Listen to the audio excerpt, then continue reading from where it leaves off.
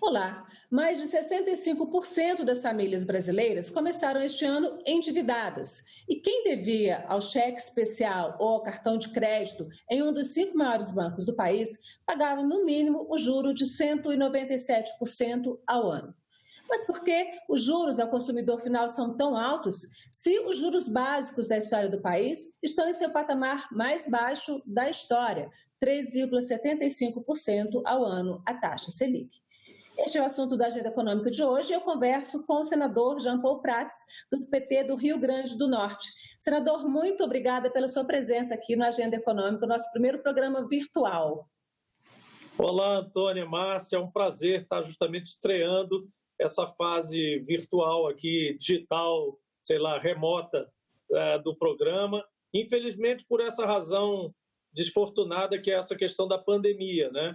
Mas que vai abrir novos caminhos aí, até para a própria mídia. A gente imagina que vai ter muita coisa nova aí a partir disso aí, inclusive reflexos sobre a economia, a visão que a gente tem do preço do dinheiro, do preço do trabalho, das relações sociais, das relações trabalhistas. Enfim, vai ter muita coisa aí no day after dessa pandemia, inclusive essa questão da mídia remota e de aproveitar, às vezes, de fazer encontros com pessoas que estão completamente distantes e que podem eventualmente participar de uma discussão conjunta num momento só. É verdade, senador. A gente espera que venha para melhor, principalmente nessa área da economia, porque se a gente pensar para o cidadão comum, né, que estava empregado e que talvez possa estar desempregado ou com seu salário reduzido, essa questão do endividamento e das taxas de juros é hoje uma questão crucial. Como é que o senhor vê? O que se pode fazer? O Senado tem debatido muito isso. O senhor, quando da votação, na Comissão de Assuntos Econômicos, da votação da questão do Banco Central, né, do mandato dos diretores do Banco Central, da independência do Banco Central, o senhor bateu muito na questão da necessidade do Banco Central funcionar como um regulador do sistema financeiro, evitando práticas abusivas, e a gente percebe que essa questão dos juros é uma prática abusiva nos bancos no Brasil, se a gente comparar com os bancos de qualquer outro país do mundo. Nós somos o país que tem os juros mais altos e que também onde os bancos lucram mais. Como é que a gente pode tentar equilibrar isso aí? Como é que o senhor vê o Senado tentando equilibrar um pouco esse jogo aí a favor do cidadão?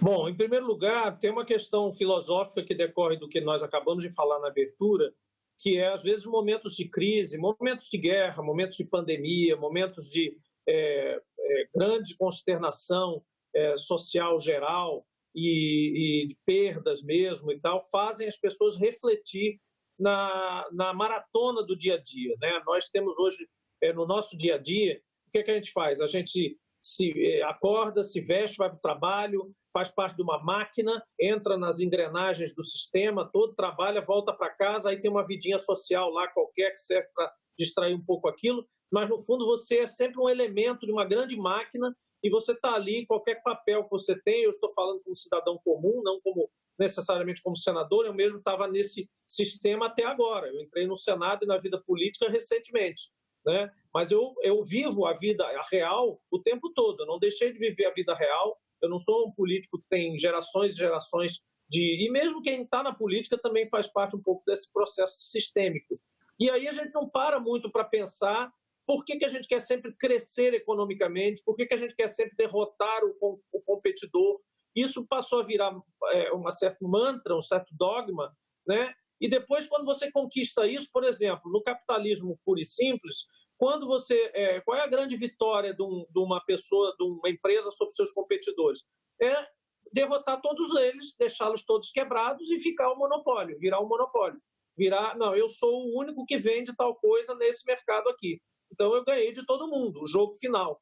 Quando você tem essa vitória, o Estado, a sociedade, tem um prejuízo. Olha que paradoxal, né? Você vence o jogo capitalista, ganha de todos os seus competidores e, de repente, você é forçado a ser quebrado de uma forma, no antitrust, de alguma forma, uma legislação anticoncorrencial, para que você não explore seus próprios consumidores dentro da lógica capitalista em si. Então, existe uma série de questões filosóficas que envolvem jornada de trabalho, trabalho remoto, mais tempo para o entretenimento, que alimenta a indústria, ao contrário do que a maior parte das pessoas não enxerga. Quer dizer, se você tem mais... Imagina que o mundo inteiro despertasse e dissesse assim, agora o fim de semana, em vez de ser 2 dias, vai ser 3 dias.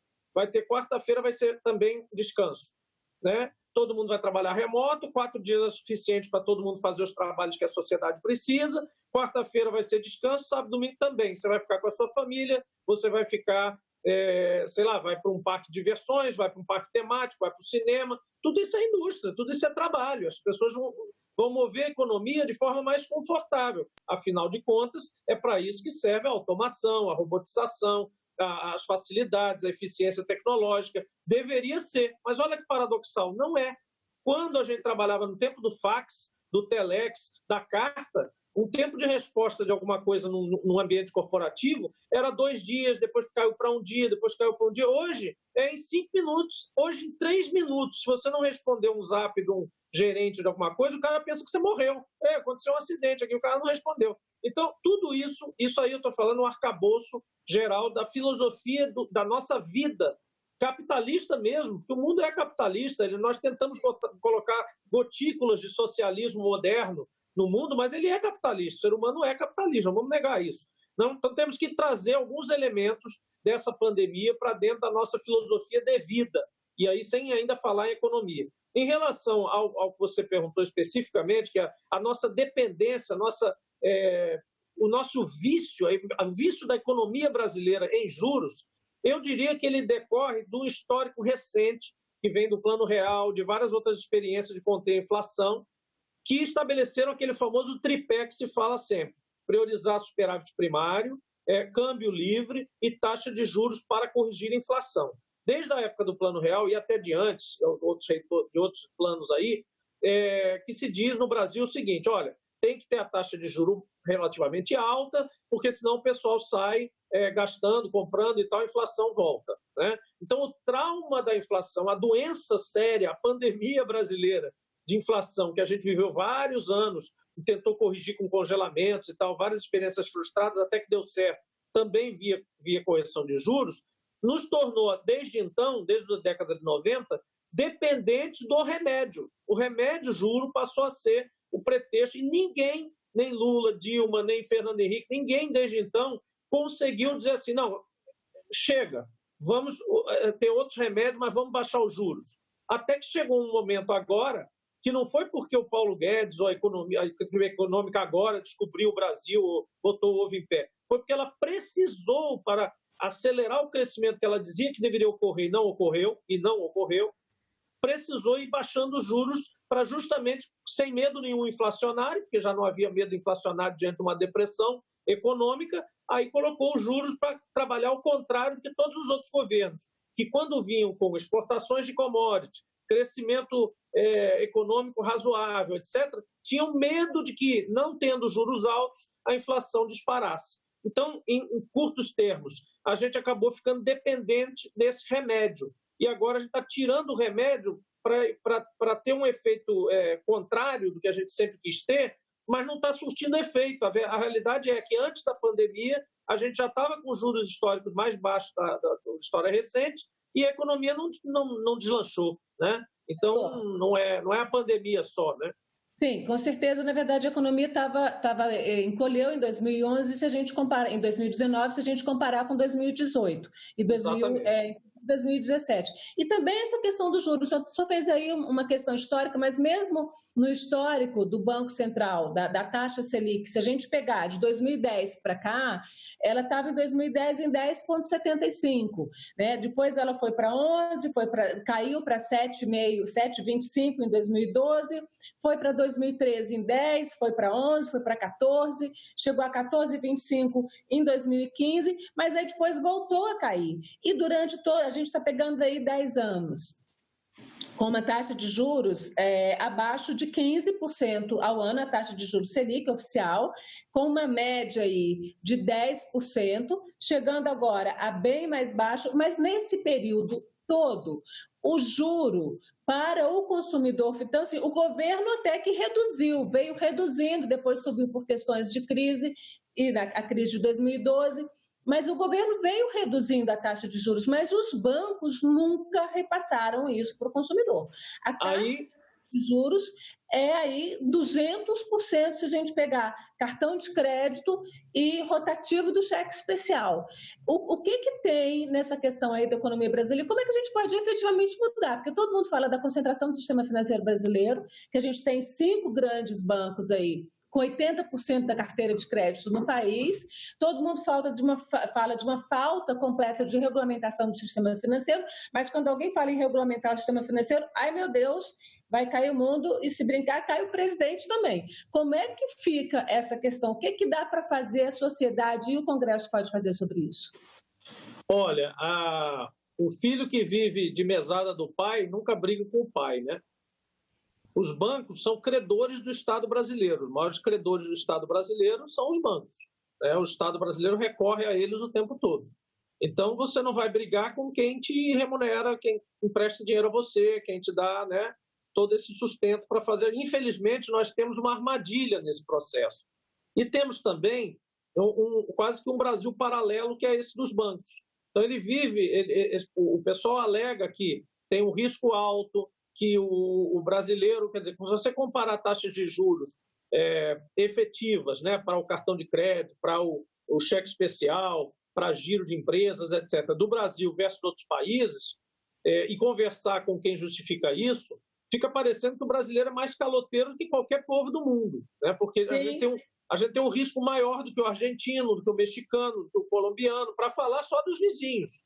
Para não falar do grego, do botsuanês, do queniano. Então, assim, porque a gente tem juros maior do que todos os países, juros reais. Então, são 2 Brasis paralelos, 2 diferentes. Um é o da Selic, custo do dinheiro para os bancos, etc., etc., e o outro é o custo para você que está nos ouvindo aí, que não consegue financiar uma expansão do seu restaurante, da sua loja, eventualmente, com o banco, porque você fica com medo, porque você vai ter um juro tão absurdo, juros da ordem de cartão de crédito 300% a 400% ao ano, quer dizer, quando você tem a Selic de 3%, né? Então, assim, que proporção é essa, né? Que Brasil paralelo é esse que tem um risco muito maior? Para você que está nos ouvindo em casa e que não necessariamente tem a experiência de ou ter vivido fora, ou de ver uma vida comercial fora do país, em países, não estou nem falando dos Estados Unidos, mas em países medianamente parecidos conosco, como México e Argentina, você ainda consegue, de fato, se financiar uma expansão, como eu disse, de um negócio, com o banco. O banco realmente é um parceiro, ele vai, né, trabalhando com isso. Alguns bancos aqui, né, e alguns entraram mais recentemente, e encontraram o Eldorado dos bancos, porque, de fato, é onde se ganha mais como banco no mundo, né? Então, lucros líquidos de ordens líquidos, depois de pago o imposto. E aí, quem é o grande... Lucros líquidos, só para completar, da ordem de 68 bilhões de reais em 2019, esse número é bem conhecido, já está bem divulgado aí, um crescimento de 15% em relação a 2018, em plena recessão, em plena depressão econômica, com todos os problemas que nós todos estamos vivendo na economia brasileira, dos 3 maiores bancos privados. 68 bilhões, mais do que isso, quase 69 bilhões de reais em 2019 de lucro líquido.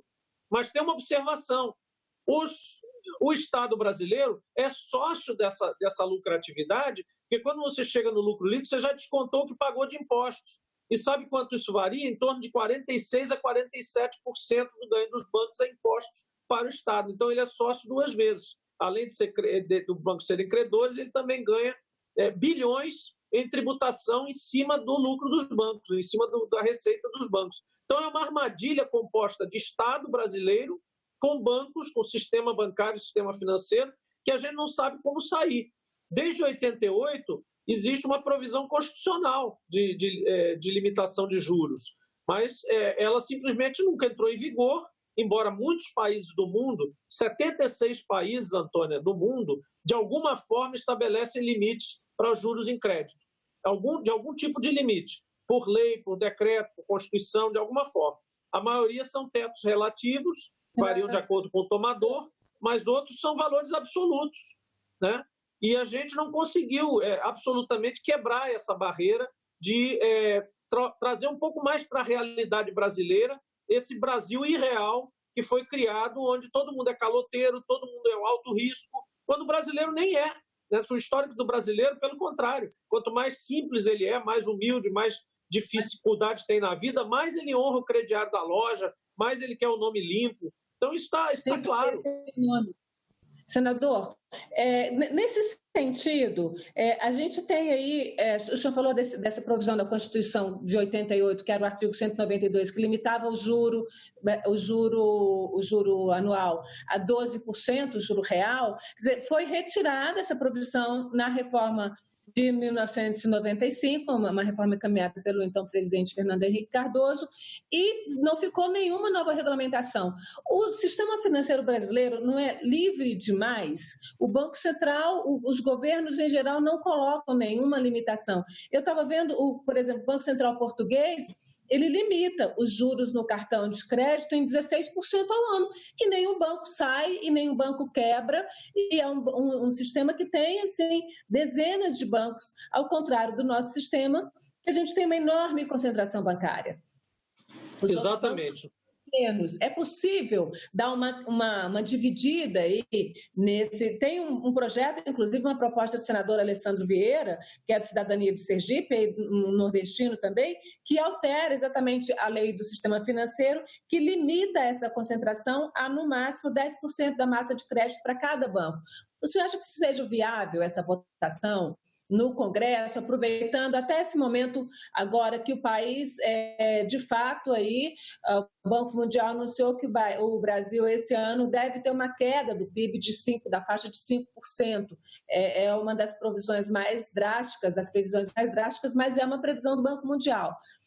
O senhor acha que é possível o Senado, o Congresso, né, porque não é só Senado, é Senado e Câmara, votar uma lei como essa, fazendo uma certa divisão no mercado financeiro, ampliando a quantidade de bancos de fato importantes no mercado financeiro brasileiro? Eu acho, não sei qual vai ser o momento exato para isso, isso tem que ser medido. Claro, eu vou falar aqui em tese, não estou falando que eu vou, por exemplo, capitanear, que eu ser heroicamente um dos proponentes, ou o Alessandro, ou a própria senadora Zenaide, que também tem um projeto em relação a juros. Nenhum de nós poderá ser um justiceiro isolado, um quixote de bancos. E outra coisa, é importante que fique bem claro a todos que estão nos ouvindo que nenhum de nós é nenhum destruidor de bancos ou inimigo de bancos. Os bancos são necessários, os bancos fazem parte de um arranjo socioeconômico universal e necessário desde há muitos anos, desde muitos séculos.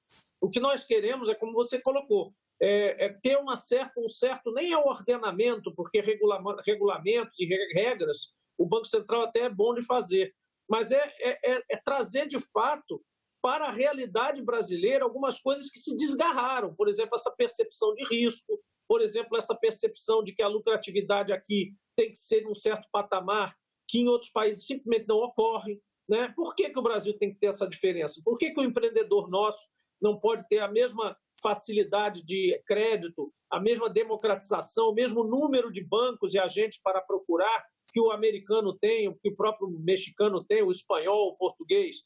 Né? Por que nós temos que viver nesse mundo que criaram para nós em função daquele medo atávico que nós passamos a desenvolver com a inflação? Né?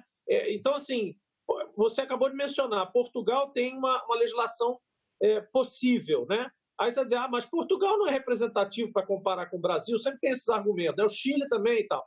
Mas você tem outros 76 países, como eu mencionei aqui. Pega 10 deles aí e vamos fazer testes e experiências com o acordo e beneplácito dos bancos. Alguém precisa ter interlocução suficiente, peso institucional, isso normalmente dependeria de um governo, de uma presidência da República e de um Ministério de Fazenda que quisesse fazer isso, e quisesse confrontar, não afrontar o sistema financeiro, para que ele seja mais construtivo para a própria economia, para que ele não seja apenas uma rêmora, ali dragando recursos para ele mesmo e virando grandes tubarões a partir de situações comezinhas, como um crediário, como um cartão de crédito, como um cheque especial, coisas que qualquer cidadão está sujeito a passar, uma dificuldade virar um mês, virar outro, etc. Ainda mais diante do grande apelo, e aí a gente volta para o ponto filosófico inicial, o grande apelo que a gente tem pelo consumismo. As pessoas são o tempo todo atraídas para que a economia cresça, todo mundo quer vender mais. E para vender mais, você mete publicidade em tudo que é lugar, compre isso, compre aquilo, compre uma caneta, compre um sapato, compre um piloto, compre um telefone, compre um computador. e às vezes o cara não pode comprar aquilo, e essa questão da inadimplência orgânica, né, acabou crescendo em função disso. Então é um paradoxo, toda hora é um paradoxo dentro do seu próprio paradoxo, que é, porra, se eu compro mais, se eu sou induzido a comprar, eu tenho muito mais risco de passar da conta, de perder meu controle e achar que, porque eu estou pagando parcelado, vai dar no meu orçamento, e no final das parcelas, pelo número de parcelas, a conta eu errar a conta e ficar na mão de um cartão de crédito ou de uma conta virada. Então, e o banco vai e aproveita aquele momento impiedosamente e te taca um juro mais alto, estratosfericamente mais alto que qualquer outro país. Então, nós temos que sair dessa redoma, desse mundo irreal, que só favorece um lado, para chamar esse pessoal e dizer, ei, vamos fazer um pacto aqui, como a gente fez lá atrás contra a inflação, vamos fazer um pacto contra os juros, a diferença, esses spreads, essas diferenças brutais entre o juro real, o juro que o governo quer aplicar para você, etc., e o juro que você vai aplicar nos cidadãos. Vamos diminuir um pouco essa diferença e todo mundo vai ganhar, todo mundo vai continuar ganhando limitadamente, como você disse, Portugal limita. Aí tem o seguinte, só para fechar essa parte. Existe uma dificuldade nas regulações, nas leis, que é a definição do juro. A nossa Constituição mesmo definia, você bem colocou, foi retirado. Mas quando era a diferença, era que juro era aquela? De qual juro estava se falando na Constituição? Muitas vezes tentou se regular aquilo e veio com é o juro tal, é o juro real, é o juro... E aí, quando você vem para a norma infraconstitucional, infralegal, também tem uma dificuldade, porque o mercado dos bancos sempre vai poder criar um serviço de avaliação de crédito percentual em cima de uma operação. Já existe, na verdade. Uma taxa de administração, uma taxa de carregamento, de tirar de uma conta para outra, enfim. Então, a regulação disso é muito difícil, ela tem que ser muito clara para evitar os subterfúgios ou os chamados jeitinhos, que todo mundo acaba dando e cobrando do cliente, aumentando o juro de novo. Senador, existe um outro projeto no Senado, que é do senador Álvaro Dias, nesse momento, que foca exatamente nesse momento da Covid-19, que é limitar os juros a 20% no período de março deste ano a julho de 2021. O senhor acha viável, esse projeto é um dos 12 que estão sendo então, aí, prontos para votação no Senado, o senhor acha viável, de fato, em algum momento, porque alguém vai ter que chamar essa conversa? Me parece que o Congresso está tendo um papel mais protagonista nesse momento de fazer acordos na área econômica. Você acha viável o Congresso capitanear um acordo que torne mais civilizado essa questão da taxa de juros no Brasil nesse momento? Acho, pode parecer que eu sou um pouco sonhador, né? Talvez porque eu esteja no primeiro mandato, segundo ano, mas acho que é possível e digo mais, acho que o Congresso seria a única força hoje capaz de chamar para esse acordo, porque ele tem a força também de legislar. Então não é como se fosse uma ameaça, uma chantagem, não é isso. Mas é o jogo democrático normal. É dizer, olha, nós estamos chamando para uma conversa, nós estamos propondo algumas coisas razoáveis, estamos abertos às conversas. Nós tivemos, Antônia, recentemente, uma conversa muito boa dos senadores, vocês cobriram, com a presidência do Banco Central e com os diretores do Banco Central. O presidente Roberto Campos Neto, né, é uma pessoa extremamente competente e razoável. E ele tem muitos projetos dentro da carteira, dentro da gestão, da estratégia do Banco Central dele, que chamam pela democratização do acesso ao sistema financeiro, uma coisa que eu coloquei para ele, inclusive, na época da sabatina deles, e também quando saímos para almoçar por conta da sabatina, falando pessoalmente, privadamente com ele, dizendo, olha, um dos pontos que o nosso mandato, como mandato do Partido dos Trabalhadores da esquerda brasileira tem, é o acesso democrático a várias outras fontes de crédito e de financiamento pelos brasileiros e brasileiras. E ele disse, pronto, está aí uma coisa que eu concordo totalmente e vou implementar no Banco Central. E ele realmente tem trabalhado demais com as cooperativas de crédito, ou pelo menos até a pandemia acontecer, trabalhando com as fintechs, trabalhando com diversificação de canais e elementos nesse sentido. Então, é um bom interlocutor, é um interlocutor que conversa com todos os matizes políticos e pode ser uma oportunidade interessante chamar, e ele mesmo também convocar o setor bancário, etc., para fazer uma mobilização de espécie de brainstorm mesmo. Gente, vamos aqui sentar e reconhecer que do jeito que está, não dá e a gente não vai sair dessa história nunca, né? Porque se com inflação dá problema, sem inflação dá problema. Quando é para combater a inflação, mas agora não tem inflação, mas agora não dá porque tem isso. Você sempre tem alguma razão para não sair do vício, porque virou um vício mesmo. A gente se viciou, esse pessoal, e a economia acabou aceitando, se viciou em juro alto. Então, para tirar, tem que ter realmente um stop for organization, entendeu? Uma parada geral, uma freio de arrumação, que a gente chama, né? Dá aquele freio de arrumação. Aí você vai dizer, mas na hora da pandemia que você vai fazer isso? Não. Talvez em decorrência dela, mas ao longo desse processo de discussão filosófica que a pandemia nos permite, até porque as pessoas estão recolhidas em casa e não estão na maratona que eu mencionei no início, né, de sair para trabalhar e se engatar no sistema todo funcionando automaticamente, né, quase. Então as pessoas estão aí num momento de reflexão. Talvez seja um momento adequado para fazer uma reflexão sobre essa questão que a gente padece tanto há décadas para resolver e que precisa de um acordo. Na marra não vai. Também tem uma coisa, canetada nisso não resolve. É conversa. Senador, quero lhe agradecer muito pela participação aqui na Agenda Econômica. O nosso tempo chegou ao fim. É uma excelente reflexão. Tomara que dê certo e que a gente consiga sair dessa pandemia aí com essa reflexão, com essa negociação em torno de reduzir os juros no Brasil. Muito obrigada pela sua presença. Muito obrigado a todos vocês, a todas as pessoas que estão nos ouvindo e nos vendo aí. Obrigado.